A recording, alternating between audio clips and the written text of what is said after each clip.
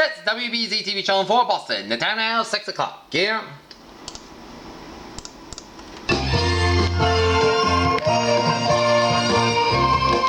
Eyewitness News, Thursday, August 16, 1979. With Tony Pepper, Jack Wiggins, and the Eyewitness News team. Good evening, everybody. I'm Tony Pepper, and what's happening on Eyewitness News at 6 p.m. Our top story at 6 o'clock is in Washington, where UN Ambassador Andrew Young resigned yesterday, saying, "Call me, I really do not feel a bit sorry for anything I've done." White House Press Secretary Jody Powell struggled with his emotions while announcing that Carter had accompanied with deep regret to Young's request to resign in the midst of a force caused by his unauthorized meeting with an official of the PLO, the Palestinian Liberation Organization.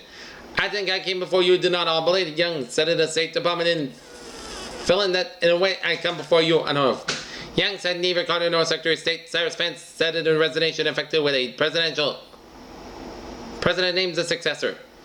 And in a cabinet career marked by controversy, Young said in his firm believer that he tones that he had no apology to make for the Palestinian contact that broke long-standing U.S. policy for any of the accessible comments that got him through the hot water often in the past. "I really do not feel a bit sorry about anything I have done. See, given in the same situation, I would do it again exactly the same way I've tried to interpret my country, same that the West of the Dust world." But he said, "Because I don't want the Carter administration on Secretary Vance to take the blame for a decision I feel I didn't make. I think that's best I have removed myself in a formal employment of the government and to pursue my interests in the foreign and domestic policy in a private decision." The decision announced at a 3.5-hour visit to the White House made a stating emotional impact among the presidential aides when they came from Washington from Georgia with a former civil rights crusader who watched Carter supporting him doing a fierce loyalty fought all the overflaps. Powell struggled with tears as he read the resignation acceptance letter signed. Your friend Jimmy Carter, then fighting for his emotion and gained his composure, rushed from the briefing room without answering questions. In the letter, Carter wrote, "You have earned the gratitude of all the Americans with your performance in the most difficult assignment." He said Young's dedication and activity and sensitivity proved that our country is sympathetic to the deepest social and political aspirations to creatively awaken human beings throughout the world. But Young and Carter hadn't approved that we have been enforced by the fact that Young's action this time are already to the touchy relations with Israel. Upcoming that Mideast peace talks in the Parliament and Senate Democratic leader Robert Byrd among them to call on Carter to fire Young. The resignation raised in 600 number of officers leave the Carter's original cabinet in a month's time. Early yesterday, the State Department disclosed another American enemy, Foreign Envoy Ambassador of Austria, Nayland Wolf, at a 3 occasions secretly met a PLO official in Vienna and at one meeting received a clarification of PLO policy. In a statement, spokesman said Wolf was Jewish been reminding U.S. policy with the PLO during discussion of been substantive. Washington, Andrew Young's departure from the administration yesterday was likely to have a definite President Jimmy Carter's closely knit family of fellow Georgians. At Press Secretary Jody Powell said the President's letter farewell in his Young in the White House briefing room is chin troubled, and he struggled to keep from crying out. Dealing to the toughest of Carter's young men, Powell could not continue. "This was a tough one from the toughest since Burt Lentz left here 2 years ago. Unlike Joseph Calfano, Brock Adams, and James Shuster and Young enjoyed a special relationship with the President they had, and the relationship with Georgia defined the old racial wars of the South, and Young and black men had been reimbursed in like a brother by other members of the Carter Circle when men and like Powell and Hamilton, Georgia came from small backwater towns in southwestern Georgia. Young was a Carter only in 1976 when he was desperately needed at a time when another prominent black politician in Atlanta, Julian Bond, was speedily disparagingly in the former Georgia. Governor Young not only gave Carter credibility among black voters, but also helped support the white liberals such as Holden Carter, who would become the spokesman for the State Department. And initially, that was Young who caused Holden Carter some of his most trying moments when as spokesman when he sometimes had to try to explain the erratic diplomacy of the UN ambassador. Finally, the liability is created by Young's outspoken opinions, independent moves cut way to the SSA, but to the Carter administration he had to resign. Young insisted that yesterday afternoon the decision with his own I decided whether I was willing to come down and avoid controversy. He said it was unwilling to back this time. I think to move myself on the formal employee of the government and with no evidence that he had no force to resign. The offer would have been his previous job in jeopardy since it was supposed to say. In flipping, take your hat off Johnson, Atlanta millionaire Ted Turner correct as he turned over the steering his riding at 10 nature to his passengers. Garrett Johnson, while heavy, sees question in the on the vessel and winds way. You gotta hear the weather for the next 4 hours. Tuesday night, Jobson stood headless and again skillfully steering with a 61-foot yacht fight to the blasting sea. His view from the cockpit was one of the mayhem and listeners blinded wind and the glistening forms of his 8-man weft reaching the river rail up periodically reminding us waves.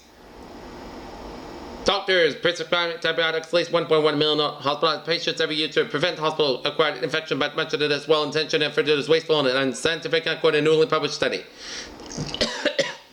That study is the largest of its kind today. They looked at medical records from more than 5,000 patients hospitalized in 20 randomly chosen Pennsylvania hospitals during a 10-day period in 1984. The researchers observed one to 532 cases involving preventive use of antibiotics as distinguished guides of those in which the drugs were prescribed to treat the known or suspected infection.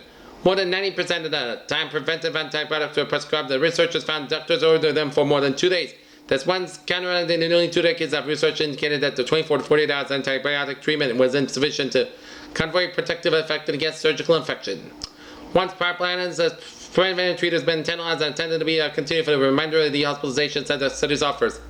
If the excess use of the preventive antibiotics were eliminated, they calculated this would try about 20-25% from the amount of drugs currently prescribed for this purpose. Dr. Edward H. Cass of Harvard's Shannon Laboratory, one of the authors, said yesterday that this translated into an annual national savings of more than 200 million figures and anything called properly and undiscriminate. The researchers expressed confidence that the findings can be entrapped in the West of the nation and hospitals and doctors and that the physicians prescribing practices have not been shown silently the doctor government since 1994. In a review last night, one drug company executive said he agreed with the first of the study. Boston police said yesterday that the recovery Tuesday of nearly $3 million worth of stolen objects included Rembrandt was connected with another roundup of stolen goods last week.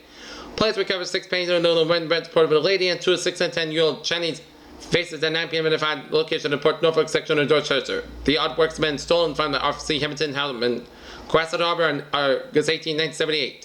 Police Commissioner Joseph M. Jordan said Tuesday's recovery was made possible by evidence gained in the seizure at August 10 stolen goods worth more than $200,000 in the Jamaican plane garage was said to elaborate the type of evidence police used.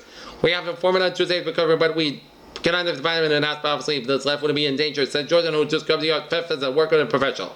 He refused to comment on whether the informant contacted on August 9th seizure. Apparently said there have been several responsible, but the anonymity made Jordan denied the art theft was a part of any ring of art burglaries. In that August 9th seizure, one identified man was arrested, said charged with 7 counts of receiving stolen goods. The seizure named a Porsche 900 automobile valued about $40,000 a caravan, boat equipment, assorted tools, marine radios, and engraving machine. Other artworks recovered were St. Matthew by El Greco, River Seine with Sailboat by John Van Goya, The Harvest by Burgo, Solon on the Calm Sea by Wilson Van Divide, and The Courtship by Casper Nurture. Recovered works included Rembrandt's Portrait Lady and 2 ancient Chinese faces displayed during yesterday's press conference at Boston Police headquarters, and it's right there in the photo, away from the globe. Here. I fear that people cling closer to Kevin White as vice versa. So, are huddled in the corner of the Mayor's City Hall office. The mood is weak. The film goes by for one of the several secrets that were quoted in the making of the television for the re-election effort, despite its penchant for the limelight of Mayor Boston is set in the mood. Dan Way's report, he ought to smile more. Someone on the sidelines office, "Get Crane down here," says another voice. And the transportation began. State Treasurer Robert Q. Crane with a kid next door smile, arrives with it. Minutes to the hour, moodiness had become a grand yak. The cameras love it and do the faithful in the corner. Robert Q. Crane said Kevin and White are not particularly close friends. The relationship is one that seems to survive, but some late meetings and small restaurants and joint vacations in the islands, where old athletic rivalries attended its court substituted for political rivalry. But when one combines the list of the people who influenced White both politically and personally, Crane's name is there in a sitting government with politicians and political opinion has been in the selection to an elected official whom White has continued to confide, and 2 from Crane Springs, Husker. James Husker has been with Kevin White for about 10 years, and assistant state treasurer. He is Husker closer to Crane, and some say the key to Crane's successful re-election bids. He has only a gold soldier for Kevin, said one friend, and not long ago he will go wherever Kevin asks. But Husker, who was White's campaign manager in his successful gubernatorial campaign in 1971, also wanted a few of White's confidence in a position to hear the political notes that are made will be on the walls of City Hall, and his occasional 6 a.m. tennis matches with the mayor Osgood tells that what the political wise guys are saying, that now that the campaign has started and the handball was stopped in its fear of another type of inflammation, he has a principal policy for the white campaign and will to give them a similar power base. Some claim that it has been the power base of the interest being the mayor's 29-year-old mayoral assistant. Tried to whittle away earlier this year, then Wednesday hooked because of the campaign manager. Today, the two professed respect and admiration for one another. If Hook watches outside of the city hall, spring the guardian of the inside. She deals with a lot of nuts and bolts things that slip out of her and said the City Hall observer while trying to explain Spring's power, both which City Hall is a strategist for the white election effort. She has enthusiasm and energy that the mayor picks him up. It's contagious as far as he's concerned and gets him going when he started of all this stuff. Spring also managed the City Hall about 12 hours each day while further enhances power of one round of her husband and Whalen, who spent most of his week in Washington as his job with the federal government. As one say, Kevin Watt answered that he's winning for mayor of Boston fellows last time just to win more votes. But Watt insisted the reasons for the pledge are strictly personal and not political. WBZ-TV-4 Eyewitness News at Boston City Hall. James C. Robinson stopped near the phone booth at the gas station on Route 129 in Wilmington yesterday morning and cleansed his feet and he's down at his Cambridge office. What he saw, he said later, scared the hell out of me. It was open, could contain about $31 in cash. Charlie Austin in his report. Everyone's in real Robinson said the zipper was open and there was a water bill on top of the soda, and I thought the movies I thought was some of the kind of payoff was very nervous. One other person in Wilmington was least upset was Robinson Cynthia W. Elliott, 32, who left the pocketbook contained receipt from her husband's grocery store at the booth a few minutes early at 9:30 a.m. An hour and a half later, thanks to Robinson, Elliott got the money back at the Andover State Police Barracks. That man, God bless him, he said he's one in a million. Elliott, who lives in Wilmington, was on the way to deposit money in a bank system when she heard a burglar alarm at a Beverly Law's key shop. She stopped in the nearest phone booth, called a Beverly Law, and left without the pocketbook. I realized after that 5 minutes, she said. In a telephone interview at her home, I went back and wasn't there and felt sick. She notified both the Wilmington police and her husband at the lots and then returned home where she said I did an awful lot of packing while Elliott was facing. Robinson, a manager with a grief brother company, was doing his company Winchester plant, and his trunk was Elliott's pocketbook. Robinson was mind filled with thought of kidnapping ransom and said I was too upset to go. Directly in the police, I was fought a few side streets to make sure that nobody was following me. He said I kept looking into my rearview mirror. After taking care of business at his plant, Robinson said he'd still had to take the handle in the state police about 11 a.m. At the police barracks, Trooper Colin Gills checked with the Wilmington police and learned of Elle's report that the bill was lost. He called her on a telephone line and said, "Oh, you missing 7 minutes?" I don't know, like fell off a chair. Elle said she was standing at the booth because of her upset about the burglar alarm in her brother-in-law's shop. I wasn't even thinking about it, and you know, I was a false alarm. Johnson, TV4 Eyewitness News. In Gloucester, Harold Clancy is a Gloucester personality. He covers with old-timers and old office square almost every morning to sit on wooden benches and pass the times of the day. It was a very pleasant time. Everyone seemed to know everyone along Main Street in this old fish report, and Clancy's presence guarantees a funny story and a good laugh. He is in his 60s now, a truly humorous man who will tell you the straight-faced seriousness that the only way he could persuade tenants to move out of his house was to sell his house from under them. Clancy is a junk dealer, but he carefully describes himself as a second-hand antique dealer and collector. He is a character, and in character seems to flourish in Gloucester. Perhaps it's that because of the city remains a work reporter, perhaps it's because of located good house draft from Boston and did escape to come for me at Marblehead, Newburyport, are reports that have been come bedroom communities for Boston commuters. It is difficult to pinpoint the reason that it becomes the agreement in the city on one part class has more than its share of characters. Mayor Lee Alper said at the City Hall office another day beneath the huge portraits of Georgia Mumford Washington talked about Gloucester personalities. Here.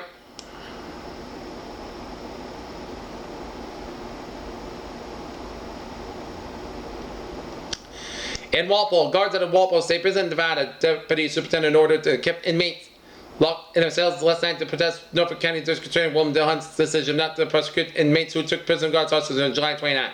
The guards' decision not to open its cells at 6 o'clock forced the cancellation of recreational and social programs such as that. 512 inmates at his maximum security prison. Corrections Department spokesman Larry Parnell said the prison should return to the normal operation today. He said officials are considering disciplinary action against the guards because they had disobeyed a direct order from the deputy superintendent to open its cells for the scheduled evening recreation hour. Mike McLaughlin, the president of the guards union, said that action also prompted by the guards fear their safety. We kept expecting in trouble the inmates were. McLaughlin said guards did not feel safer than they were to open the cell. McLaughlin said during the news coverage of the prison lobby last night, he also said 8 inmates involved in the July 29th siege formed a clique and power base that threatened the safety of the guards. Previous reports indicated that 9 inmates participated in hostage taking, but McLaughlin said was only 1-8. 7 of the inmates were participated in hostage taking cut their wrists with razor blades Monday, and 5 of them reported action Tuesday to protest disciplinary action brought against them for a separate incident. McLaughlin works today and then a shift to prison also said he works several corrections officers but know that there is not only razors but weapons in a cell to the 8 inmates. One of the weapons he said is a butcher knife stolen from the prison kitchen. McLaughlin accused Dillon of not fulfilling his district attorney's duties and Dillon was sworn to uphold laws of the Commonwealth and he's not doing this. McLaughlin said McLaughlin saw the Hunt section was influenced by the district attorney's aspirations at the state attorney general office. At his own press conference yesterday afternoon, Dillon said his decision was made reluctantly. This district attorney said it was reached after interviews with the prison guards were prepared to agree the inmate should not face a criminal prosecution. Here, Dillon also said his office will present evidence to a grand jury next week to take indictment against inmates suspected of beating the guard Walt Billings during the July 29th officer check-in, which apparently was prompted by a federal refusal to let a visitor see an inmate. And in future, Dillon said his office will pursue vigorously the prosecution of any inmate involved in a similar action. He cannot have reached comment last night about the guard's actions. Here, Dillon's decision confirms that the agreement signed by McLaughlin, Superintendent Butterworth, and other prison officials, inmates now face disciplinary hearings with a corrections department. They could have received the punishment of 30 days in solitary confinement. McLaughlin signed an agreement and the hostage taken said prison guards signed it under duress to set free the guards. So Superintendent, we would have signed anything he said. The McLaughlin said that Dillon was aware of the feelings about signing an agreement and the criminal prosecution of inmates. Here, an arbitration finding last week suggested an MBTA. An American legislature had no authority last year to establish the statute of the armed may have been considered by decided wage issue between the MBTA and Boston Carmen's Union Local 509. It is finding holds up under the possible legal challenges or according to the legislature MBTA source that the resultant wage increase may be enough to force service cutbacks or curtail impossibilities of expanding the system. Here, the new law and amendments to a 15-year-old MBTA enabling the legislature to specify that the arbitration of MBTA carbon wage agents have to consider the ability of the MBTA, the member committees, and the Commonwealth to pay additional labor costs and request that wage comparisons between T employees and other workers be made on a state basis. And the amendment, the legislature struck the heart at a local 589 collective bargaining strategy historically negotiated provided by the union Washington-based parent, the allocated transit union have the last wage comparison from transit system around the country everything up its anti during bargaining sessions and sessions playing one city against another. The tactic has been highly successful. Local 589 its members have been among the best paid public workers in the Commonwealth. After Patriot William J. Fountain and a finding released Monday determined that the 1989 amendment is a conflict with a labor agreement signed by the MBTA and Carmen in 1994. Thus, causing questions about the constitutional and legislative action. Meanwhile, Representative Barney Frank has sponsored the 1978 amendment has disproved that the section of the MBTA Act interferes could be automatically negotiated. A new law that the arbitration award is upheld. He is considering action in the bill section. To call Section 29 of the provisions of any law, administrative regulation of practice government receipts of federal funds by MBTA and which are not unconstitutional or conflict impressions of the Enabling Act. It issues its interpretation of a warden of a 1984 agreement between the MBTA and Carmen bringing collective bargaining procedures into compliance with the Section 13C of the 1964 Federal Urban Mass Transportation Act. That section guaranteeing realization of employee rights and benefits transportation for public ownership of mass transit systems. A common occurrence from the 1960s, the municipalities lined up for millions of federal funds. And in terms of the federal act, now compliance with Section 13C would result in the loss of all federal funds and capital projects, a penalty which could have potentially cost the transit system hundreds of millions of dollars. Signed on December 10, 1974, the MBTA Carmen Accord generally provided all collective bargaining rights, including invitation procedures that in effect would be continued and invested. Union officials believed that the agreement would forever establish an arbitration board composed of 3 members who are free to consider all material submitted in the wage of a contract disputes. Here, the Somerville 140 SHA contract says specifically the Prevost voted 4-0 last night to remove its interim executive director who had been cooperating with the federal investigators. I never stood a chance that Mark Quinn was hired as a Florida's director, and only 8 months ago that second I got hired, I found a massive financial irregularities. When I tried to correct them, I got no cooperation. James J. Casa, board member, reported that Astor said the reason for the fine was that Cronin just didn't work out of the board. Cronin also, a school committee member, was hired when a board discovered the discrepancies between work contractors said they had provided work that hadn't been done. Dr. Representative Thomas Welsh, a board member, said, since Cronin's appointment in last December, he had cooperated with the FBI and Inspector General's office at the U.S. Department of Housing and Urban Development, both of which conducted an investigation and operated in the 140-day FBI. Probe operating has been focused on contractors has been doing business with the authority. The FBI seized records at the Housing Authority's office, and 3 of 40 employees have been called before federal grand jury reporting irregularities in housing authorities in Somerville, Lowell, Rose, and Watertown. The law member in the House 140 board not attended a meeting where Reverend Welch defended Quinlan, claiming he had to clean up the mess and had taken a year to create. Reverend Welch did not attend the meeting because he knew his vote would be not going to matter. Reverend Welch predicted that the board action is going to send the SJ spouting down in the gutter. For the second time in many weeks, the King administration has been sharply criticized for the changes and made the procedures for awarding and carrying out the state construction contracts. Yesterday, members of the new executive council said that the new policy requiring an architect not to choose the state to choose the clerks to do works on state projects could lead to corruption and increase contract commercial expense. The clerk could work supervises budget building projects. The change was defended by Deputy Administration and Finance Commissioner Edward S. Bond Jr., who told the council that his cover-up that existing saturation would make the architects for the main responsible for the job under the control. And we intend to hold them responsible, and Bond said in a later interview. The council has said that the change would lead to less state control of the building process. So projects that the board change orders requested extra for the additional work. One of the council representation in the rule of the change order request. It's like giving architects an opportunity to cover their mistakes, errors, and work orders, and said Councilor Herbert L. Commonly Norton that system should be strengthened, not weakened. Councilor Edward M. O'Brien of East Hampton, who initiated the meeting with Vaughn, said that the change means the only state will lose the clerks of the work substantially on the construction job. On the old system, the State Bureau of Building and Construction recommended that collecting those listed in those considered qualified. The architect appointed them under the new system. The architect will select the subject to the Building Bureau's approval. Vaughn said that the new state system confirms what it said, to which we said designated to appoint an employee of qualified clerk of works. He said the new system will be more effective in controlling costs. 12 weeks ago, the administration of Governor Edward J. King was criticized for making a change in a way that selects architects and engineers. On the new policy, then 3 finalists for a state job required to bid against each other by submitting sealed bids. On the new York policy, they were selected on the basis of merit and ability, and they were paid from a fixed fee schedule. Lowell Erickson, executive director of the Massachusetts State Association of Architects, said the change would be set to say to corruption and cronyism because bids are generally underpriced or overpriced and do not reflect the real value of the blades of the work. Police believe the murder of a well-known Brockton man who was battered body was found in an apartment on Tuesday evening, linked to the man who apparently befriended the victim of a local barroom where he carried a large sum of money.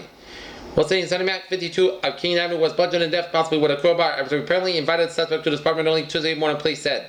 The suspect was known to Brockton police appears to be befriended Mac with the intention of robbing them, according to Mac's older brother, Lawrence. Sunny withdrew $500 to the bank. August 8th, Lawrence Mac said yesterday, we believed he had $700 on him on money. He may have taken that well on money out of his pocket somewhere, and the murderer could have seen him. Mac, well-known and respected member of the apartment, Brockton family returned to his apartment early Tuesday with a drinking buddy, according to state police. Lieutenant William Bergen. The 2 men around the King Avenue address a separate cause. The police have obtained a complete description of the suspect's car. Lieutenant Bergen said that suspect is known to the local police that was better fighting it, he said. Mac's battered body was found lying in the face down in the living room of his apartment Tuesday by his niece, Victoria Mac, at 6 p.m., who lives in the same apartment building. An expensive stereo was missing from the apartment, the family reported. Mac's skull was matched. Police said, according to police, that murdered sometime between 2 and 6 a.m. Mac, retired Teamsters truckers, Travis and lifelong resident of Brockton, was a very easygoing guy, good nature, and he wouldn't harm anyone. He's a brother. Lawrence was president of the treasurer of the Brotherhood Oil Corporation of Brockton. Many people in Brockton who's sunny, and said Lieutenant Bergen, even the kids in the neighborhood liked them, and he used to take him to the beach and things like that. Bluff County District Attorney Wilma O'Brien said his father and brother had worked with Mac in the Intercity Transportation Company, formerly Brockton, and now located in Raynham. Saying I had a good sense of humor, this is kind of a shocker. I've been in business a number of years, and it's not often that you know personally the victim and that type of thing.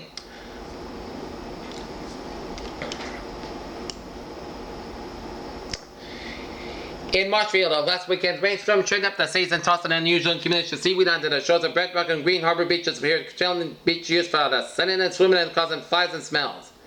Officials in the South Shore town expected to get complaints from the residents when the weather warms up, according to Frank Tower. The town's director of public health, who has said the layers of seaweed were the heaviest it has seen in several years. We received several calls. Tower said, but it gets warmer, the seaweed bring decay, maggots, and a terrible stink. Right now, we don't consider it a health measure. 12 beaches in Marshfield, Wrexham, and Fieldstone were not heavily in that area of the algae, Tower said. I just finished talking with Gilbert Burns, head of the DPW Department of Public Works, as the trucks and tractors and manpower and the cleanup operates are necessary, Tower said. Burns appointed in November said it's understandable what has happened in the past and that high tides and coming in and carry the seaweed back out to sea. And one town, where I put it, what Mother Nature give it, Mother Nature has to take it away. One town, no cleanup operation is scheduled. Burns said that doesn't go off the beaches that tend to deteriorate sand flies, and in the case we get on a spraying operation and control mite bites. Health Director Tower said the two seaweed covered beaches had already been closed to swimming because of high call from bacteria consists after another 3 weeks ago. In his youth, the late John Cardinal White used to take part in the ministers to show the raise funds to build the Holy Name Church in West Roxbury. So main brick represents some of the part of my efforts having fought the may have been a wet years later the Holy Day as a pastor, the Reverend Kenneth Murray of Watab student on the Cardinal St. John Seminary, Brighton. Yesterday, he had to the friends of the borrowers that the Dorchester Board Cardinals viewed his body had to pay their respect to his family, the same church at the time of the death at age 70, Friday of Plain minus a degenerative muscle disease. Cardinal White was the highest ranking American of Vatican Curate for the settlement church of the Roman Catholic Church. The bomb way may be viewed again today from 2 p.m. to 9 p.m. on Holy Name Church in 1689 Central Street and Humberto Cardinal Maduros of Boston will be the principal celebrated and massive resurrection at 11 a.m. tomorrow at the Holy Name. Church's officials said the message ordinarily would now have been held to kept fit a whole cross, but extensive renovations there made it impossible. 75 bishops, 9 cardinals, and hundreds of the priests and nuns will be among the more than 3,000 expected to fill the upstairs and downstairs of Holy Name Church. The cardinal's body will be moved from the earth of the Thomas funeral home on before 2 p.m. yesterday and carried into the church. The body had been laid in state the day before the cardinal's residence in Brighton. Waiting at Holy Name, the Most Reverend Thomas V. Daly, Vicar General of the Archdiocese, in the absence of Cardinal Maduros, who returned from Mount Dent to the state of the parish receiving his body. Reverend Donald Worrell, Secretary to Cardinal White, for the 12 years read the Holy Gospel according to St. John's Bishop John M. Diossi, Auxiliary Bishop of Boston, was on the altar with him. Late Cardinal's family was seated with his casket. Among them is Aunt Alice Fennessy of Madpan, the younger sister of the Cardinal's mother. Among those paying their respects were Bob and Ruth Wright of St. Fermain, married by the Cardinal and a priest in 1944. The Cardinal was Bob Wright's first cousin. Among others were 2 busloads of nurses from Yeovil Hospital in Cambridge, many of whom cared for the Cardinal during his hospitalization there, and young novices from the Daughters of St. Paul and Jem McCaplain and Say to Pray. Members of 4th degree Nancy Clemens changed guard by the Cardinal's beer every 10 minutes. Camel B. Henny, Consul General of Ireland, Boston, summed up the feelings of many. Officers who come to pay their last respect to Archbishop Brown as he did the community at large. It is a great honor to have a cardinal, the prince of the church from Boston. Archbishop Joseph Toole added that some of the 1,000 Arabian Catholics will be worshipped by the Presbyterian conducted brief funeral service for the cardinal early last evening. Here. State Representative John Bissinger, Democrat of Brookline, says that the Brookline bylaw given approval by the Attorney General Tuesday, the first condemned eviction ban in the United States, and hails it as a major victory for those who believe people have a right to be secure against the taking of their homes. The town bylaw, which bans eviction of tenants from rent control departments when they are covered by the condominiums, is signed by Attorney General Francis X. Bellati 9 days after it was voted by the Brookline Town Meeting members. The only faded at Brookline Town Meeting last year, the bylaw was passed in March 7th. Called Messenger Band, the Bishop was another chief sponsor of the bylaw, prohibits its condominium-related eviction case when the tenants were living in an apartment before its conversion. Such a tenant appears to have been right to remain in his apartment indefinitely since leaving a landlord who wants to move in an apartment he may not evict the tenants under bylaw before officially becoming law. Bylaws and city ordinance requires that the Attorney General's approval so that they do not conflict with state law even after the general approval to however the bylaws and ordinance are subject to challenge in the courts. And yesterday, former Governor Michael Secaucus praised the ban for providing a great measure for the protection of elderly people. Secaucus Armenia said that a letter to the Brookline Town Law meeting members urging approval of the bylaw said that condominium conversion was not totally provided by the ban. That doesn't mean that the condominium will be stubborn and track conversion should still take place and people can move out of the apartment, Secaucus said. Since 1970, when rent control laws were first enacted in Brookline, it was estimated that more than 1,500 of the town's more than 12,000 controlled apartments have been removed from the rental housing market for condominium conversion. There are no controls or passes of condominiums. No more than half the town's 55,000 residents live in apartments, according to Business Insurance. Brookline has one of the largest population of elderly residents in the country. It's about time that these elderly people get some help. In Brookline, resident Philip Drucker recently brought apparently unprecedented criminal action against the owner of the apartment who is elderly. Parents live charged with violation in Brookline's 6+6 law when she was converted a unit to a condominium. The 6+6 law gives evicted tenants 6 months to move in the event of a hardship 6 additional months. Passed at a town meeting in July 1978, the 6+6 bylaw is currently being tested in the Massachusetts Supreme Judicial Court. Ron Brown, president of the Hamilton Realty Company, which owns more than 7,000 rental units, but the state may only undergoing condominium conversions, and he expected the ban to be challenged in court, since a lot of people will be affected by the ban. Condominium owners want to take the possession of the units, they most certainly will pursue legal action, he said. Superseded by moratorium and intended evictions passed by Brookline Town Meeting last November due to the Expiring September 15th, the ban is expected to take effect immediately. Meanwhile, the House of Representatives last week passed a bill sponsored House bill would give Brookline authority and regulate condominium conversions that the Senate passes a bill that becomes law. Only apartment buildings with a fewer than 4 units will be exempt from the condominiums regulation in Brookline. Here. Construction delays at a rescheduled delivery date for new science laboratory equipment being give Watertown High School students some extra vacation time this summer. All still scheduled to reopen on September 6th. The high school is undergoing a major interior and exterior renovation as well. The construction addition that could be postponed and opened by several weeks, some officials said. Tables, chairs, microscopes, and other classroom equipment ordered from the school's new science laboratory from a North Carolina supplier would not be delivered until Monday. Only 1 month later, said school superintendent Daniel O'Connor. If the equipment does not now come by, then the question remains whether it will be installed by September 6th, he said. The high school principal and the director of the instructor will meet on August 20th to decide whether the classes can be conducted even without the equipment and parents will be notified. The school's opening date for the newspaper announcement on August 29th and 30th, the school official said. O'Connor, the renovation expected to cost approximately about $6 million, was given a very strong approval on 1977 time, meaning a response to critical evaluation by the high school physical plan by the New England Association of Schools and Colleges in 1972 and again in 1977. The Association of Private, Non-Profit Accredited Organization said that the school's library, gymnasium, and shops and science center is a particularly inadequate construction of 2 additions in the beginning of the building last March and a new shop area where the be ready the October and November, said O'Connor. When the art, music, and gymnasium wing opens next spring, the present gymnasium will be revamped to accommodate a new library and media center. Lee said the entire project is scheduled for completion in 1981. Oil from a runaway Mexican well washes ashore on the miles of the Texas beach and those who are trying to contain it in fear of widespread damage. The debate over the fishing grounds of Georgia Bank intensifies. Congress considers legislation to repeal the laws that set up the Marine Sanctuary Program. The 1980 census will include illegal aliens that counted as country's invitation, which may cause change of congressional districts. Senator Howard Baker in New Hampshire campaigned for the Republican presidential nomination would send himself a veteran politician family of Washington. 2 jet lines collided over Ukraine, killed all aboard death meat, reached 154 for the death toll as Soviet jet liners collide. The Zimbabwe Rhodesia government accepts the British invitation to attend a constitutional conference in London on September 10th for guerrilla forces. The World Bank warns that the world economy could be set back if the nations fail to promote faster economic growth by the end of the century. Prime Minister Tran Singh threatens to consider India's nuclear policy in Pakistan continues to try to produce nuclear weapons. Okay, Bruce Struggle and whatever after today's commercial break here on Eyewitness News at 6. Stay tuned. A 30-day full refund guarantee with the Spot Shalom News Ultimate and Soft Contact Lenses.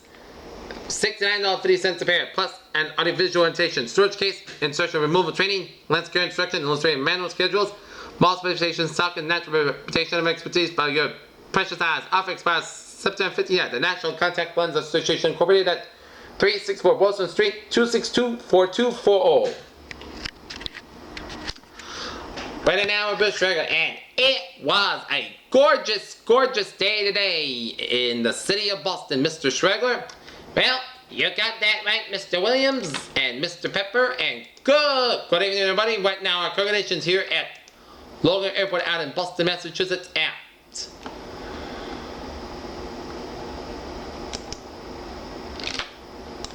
6 o'clock on this August the 16th of 1979, and 6th hour, we have a temperature of 70 degrees. That temperature with a droop at about 55 degrees, the humidity of 59%, barometer 3.09 inches. Visibly about 15 miles wind southeast, about 11 in conditions, scattered clouds. It was a gorgeous day Thursday, and let's take a look at our current conditions around the region here.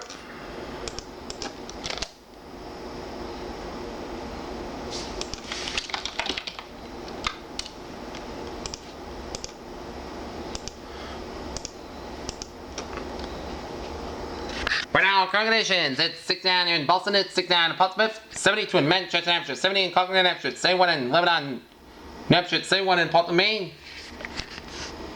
72 in Albany, New York, it's 74 in Chicopee, 75 in Westfield, 70 in Worcester, it's 73 in Providence, 75 in New Bedford, 69 in Falmouth, 69 in Hyannis, 71 in Martha's Vineyard, 68 in Nantucket, 70 out in Block Island and Montauk, New York, it's 77 in New Haven, 75 out in Bridgeport, 75 in Hartford, 71 out in Islip, 74 in New York City here.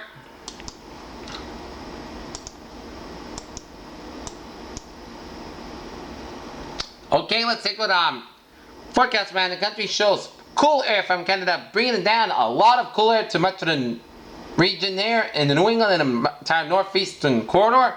While warm air from Mexico pushes up, bringing some showers of thunderstorms from southeastern Arizona down from southern Mexico down from western Texas. And along rain, swap showers of storms from east of the coast down to Nebraska, Kansas, stretch to Missouri, Iowa, down to the upper Midwestern states, and low pressure out of California, and high pressure in the Great Lakes, bringing some beautiful weather on store. Okay, Boston area for tonight will go like this. Clear skies, low and 50 degrees, suburbs too near 60 in the city. So if you're going to the Red Sox game against the White Sox, perfect weather, high about 60 degrees at Fenway. For tomorrow, most of the sun's got high in the mid-70s and chance of rain near 0 for tonight, and northwest winds about 15-25 miles per dimension, a little less than 10 miles per tonight.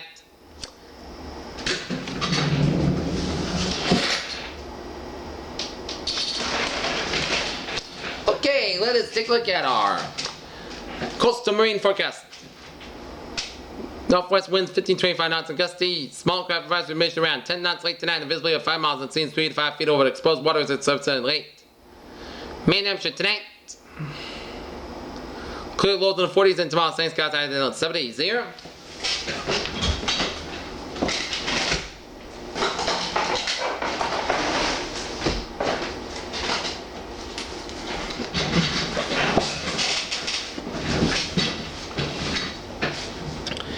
And Massachusetts, including Cape Cod Islands, Rhode Island, Connecticut.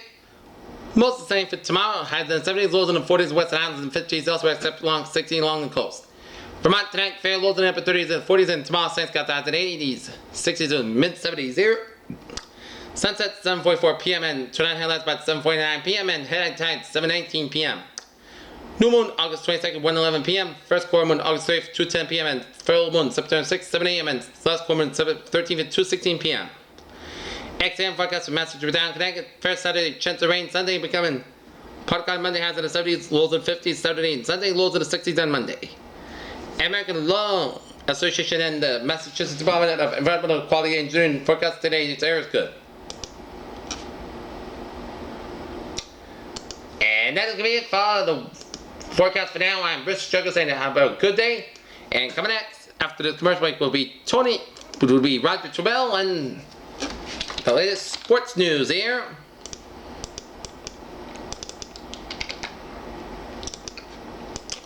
Okay, Roger Trubell's got the sports, and here it is. Alright, thank you, Jack and Tony. Right now, tonight, the Red Sox will be at Fenway Park tonight, taking on the Chicago White Sox. John Tudor be on a pitch in for the Red Sox here. At 6 p.m., Jackie Gray still hadn't heard the news. Her baby son born early yesterday morning, and the plans she and husband Leon have been moving to their Westwood home where combined their thoughts. By the gargle knows that TV sports came at the tabletop speaker room at Boston City Hospital. She couldn't hear it clearly, but she could see John Hanna talking about something serious. He must be talking about Leon, she said. Since 2 a.m. when Leon Jr. was born, Leon Sr. had been caught in a whirlwind that saw him traded Houston Oilers for the first and sixth draft choices in 1980. He spent the rest of the day sorting the events out and digesting the news he didn't have time to tell his wife, and seconds later Leon arrived and she found out. I thought I'd wait until evening to let her know, she said. When I called the camp office to tell him the good news about my son, they told me that I had some news for me too, he said. I was surprised by it. What do you kids say about our trade? I thought it was kind of ironic that this year was the first time that John and I were roommates. I kind of jokingly said he meant I was leaving, he said. But what can I say? By the time they left Wife's room and she still hadn't been of the event. The fans, mothers, and nurses on the floor kept asking for him his autograph. They would have said, Leon Gray, no imperative, but it's signing. Leon Gray, Houston Oilers. As far as Daryl Stingley is concerned, Oakland Raiders free safety Jack Tatum doesn't exist. Reacting to a question from McCall on WBZ's Call No Sports show last night, Stingley, who was speaking from his Chicago apartment, said, I don't think I have to say it. Regards to how it feels about Tatum to me, the guy doesn't exist. He doesn't even have enough compassion to call me up, but I wouldn't expect the dog to say he was sorry that he hit me. Or bit me, I guess. At Stingley, that's how some human beings are. Stingley was bounced from the waist down when he was hit by Tatum during a Patriots exhibition game a year ago in Oakland, said his rival with Tatum originated in 1970 at the time. Stingley was a sophomore at Purdue and Tatum was a senior at Ohio State. On one particular play, I went down to the block Tatum and he limped off the field and he came back to the field plays later and said to me, what are you trying to do? I'm going to return for it. Are you trying to break my leg? Later in the game, Stingley went out on a pass play and was tackled by Tatum from behind. saying, "Remember what I took a form request and faced so hard that I laid on the ground where my muscle was spasmed about 2 to 3 minutes." Stingley says the now infamous hit in the exhibition game a year ago was totally unnecessary. The pass was going incomplete. He said it was necessary for me to be hit. There was a disruption of time showed up that Sunday for the scheduled Patriots-Raiders exhibition game at Schaefer Stadium. Since that, for the sake of the game, I hope not Tatum will get what he deserves. However, a report out of the Raiders training camp at San Antonio, California yesterday said Tatum may miss the game because of a sore knee. Single answered the calls for an hour and 15 minutes, said that it was 60% chance he would attend the Patriots opener September 3rd against the Patriots and against the Pittsburgh Steelers at Schaefer Stadium.